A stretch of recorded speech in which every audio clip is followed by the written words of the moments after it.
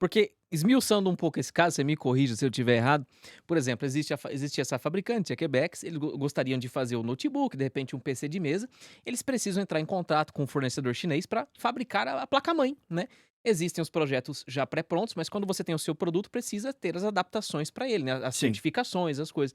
Às vezes é uma BIOS, que vai ali fazer o comportamento correto de um boost, de uma alimentação, de um clock, e às vezes pode ser um defeito no projeto. Sim. É porque hoje todo mundo vê pronto e acha que foi pronto assim fácil. Ah, é tudo não é bem assim, Não, não né. é, não é. Se você quer ser um fabricante, quer levar os processadores da AMD ou enfim, você precisa ter todo ali um produto feito específico para aquilo, né. É. Interessante lembrar que isso existe. E, por exemplo, no Brasil, a gente tem as leis nacionais. Ah, tá. Por exemplo, o PPB, que exige fabricação. Para quem monta equipamento, vai comprar uma placa-mãe importada, não faz diferença nenhuma. Nenhuma. Agora pra Perdão, fabricante do Brasil, para a fabricante do isenção de imposto? exato. A isenção de impostos é enorme. E o maquinário, e a linha de fabricação, o equipamento que você precisa para fabricação da placa-mãe é extremamente caro. Eu vi empresas falirem literalmente, porque compraram, teve um enrosco, a máquina ficou presa, não ficou Hum, liberado, para liberar precisava pagar imposto, e aí o cara não tava assim, o Brasil não é para amadores, não, o Brasil custo nessa parte Brasil. de fabricação é muito caro. E isso acaba atrasando, por exemplo, um pouco para tecnologia para nós. Quando tem um lançamento internacional.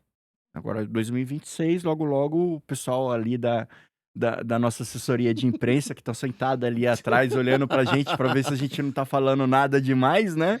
Hã? Se ela fazer assim pra mim, eu sei que eu tô falando NDA, demais. NDA, NDA. Eh, eles vão, daqui a pouco, falar os lançamentos de 2026, vão chamar todo mundo pra fazer essa parte de divulgação. Mas, efetivamente, a gente já começa a trabalhar com NDA, com os fabricantes, mas muito tempo Eles antes. precisam de tempo para desenvolver. Exatamente, a gente já está trabalhando o socket, a família. Pô, esse socket morre aqui, vem o outro socket que vai dar um início a um ciclo novo. Você manter esse ciclo de produção, por 3 anos, 4 anos, o fabricante brasileiro ama isso, porque o custo que ele Opa! teve, que é de milhões de reais para iniciar uma linha de produção, ele começa a ser diluído por anos e anos. Sim, Então, tipo assim, o M5, a vida que teve, o M4 M4, então, o né. M4, a vida que teve, 2016 ainda tem processador lançando esse ainda ano. ainda tem O 5500 processador. X3D, eu tô com ele, comprei, vou montar um computador com ele aí, o Vai pessoal tá montar? vai fazer fazer conteúdo pra caramba, hein. Então, é um Excelente. produto que o para o fabricante que desenvolveu nacionalmente um produto fabricado, esse tipo de longevidade para ele Eu quero é muito música nos ouvidos. eu quero muito chegar nisso e escutar essas histórias, o que você puder nos compartilhar, né, dessas decisões da AMD, mas vamos só, a gente fez uma pausa, que você começou a trabalhar com esses fabricantes, falando ainda a gente tá falando de bulldozer ainda, né. Sim, Eu quero que você fale a sua passagem por toda essa parte de bulldozer, do piledriver, por aí vai, e depois a chegada do Zen, que eu quero muito escutar isso aí. tá. O Bulldozer, o FX, assim, eu tinha mágica na época nos olhos, porque eu tinha acabado de entrar na AMD. Então a arquitetura para mim era, eu brinco que o Bulldozer foi uma arquitetura à frente do tempo dela. Porque esse negócio de ficar emprestando ponto flutuante de uma unidade, enquanto um processador está super ocupado, o outro está com a fila livre, empresta a unidade de ponto flutuante para o outro. Assim, ele foi um processador à frente do tempo dele, mas ele cometeu um erro, que foi ter quebrado compatibilidade de software com o líder do mercado. É, Microsoft. E Intel, né, Ah, Intel. sim. E, assim, foi muito ruim para a AMD, porque parece que a gente voltou para o final do século XX, começo do século XXI. Começo do século XXI, a gente tinha processadores single core e dual core. E aí, 2012, a gente voltando a falar de performance por core, quando você tinha É, processadores para servidores com 16 é. núcleos. Por quê? Por que multithread, se eu tenho como massificar isso, eu tô voltando a falar em single core. Por quê? Entendo. Porque era o ponto forte da Intel, né? Ela não tinha unidades sendo compartilhadas, ela tinha uma unidade dedicada para aquilo Uhum. e ela conseguia ter, no caso, melhor desempenho. Então todo o marketing foi para essa parte. Então foi muito ruim para nós trabalhar nessa época. A gente, principalmente a parte de licitação, porque a gente tinha a 4, a 6, a 8, a 10. Ah, sim. Por incrível que pareça, a GPU, ela já estava sendo usado para acelerar alguns workloads, principalmente para quem era mais pro time workstation, né? Sim. Parte de filtros, você já Ah, tinha o pacote Adobe já ou tinha. já tinha o pacote já sendo acelerado por GPUs, porque não fazia sentido continuar isso só com CPU. Mas o mercado em si olhava aquilo, rodava um benchmark É. single thread, falou, pô, o A10 aqui tem a performance de um i3. Não, você tem que olhar multithread, olhar o sistema todo, olhar a aceleração. E foi uma época bem complicada para nós, foi muito complicada para nós. Assim, eh, foi uma época que a AMD Brasil, o escritório, enxugou. Teve saiu. Hoje o que a gente viu acontecer na concorrência, né?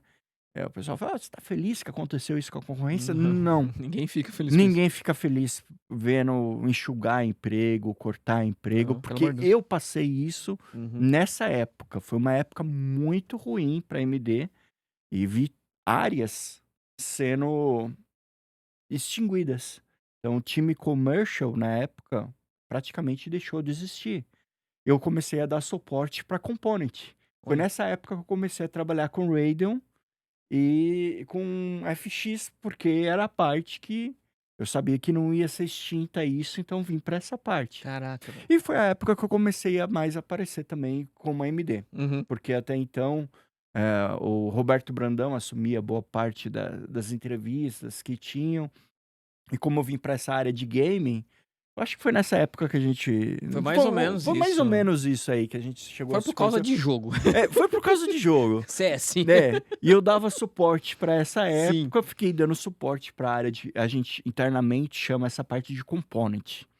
Então, eu fiquei dando suporte para component e durante alguns anos aí foi o que manteve o meu emprego na AMD aí. Eu tenho que falar uma coisa, aproveitando isso aí, porque assim, ó, nessa época você falava, dava suporte, ah, só no seu trabalho? Não. O Alfredo, ele tirava o tempo dele, ele ia nos fóruns, nos grupos de Facebook, ele ia em canais do YouTube ajudar as pessoas que estavam tendo problema, ó, com FX. Ah, tá acontecendo isso. Faz isso, isso, isso. Atualiza BIOS. Faz isso. Coloca essa memória. Faz isso desse jeito.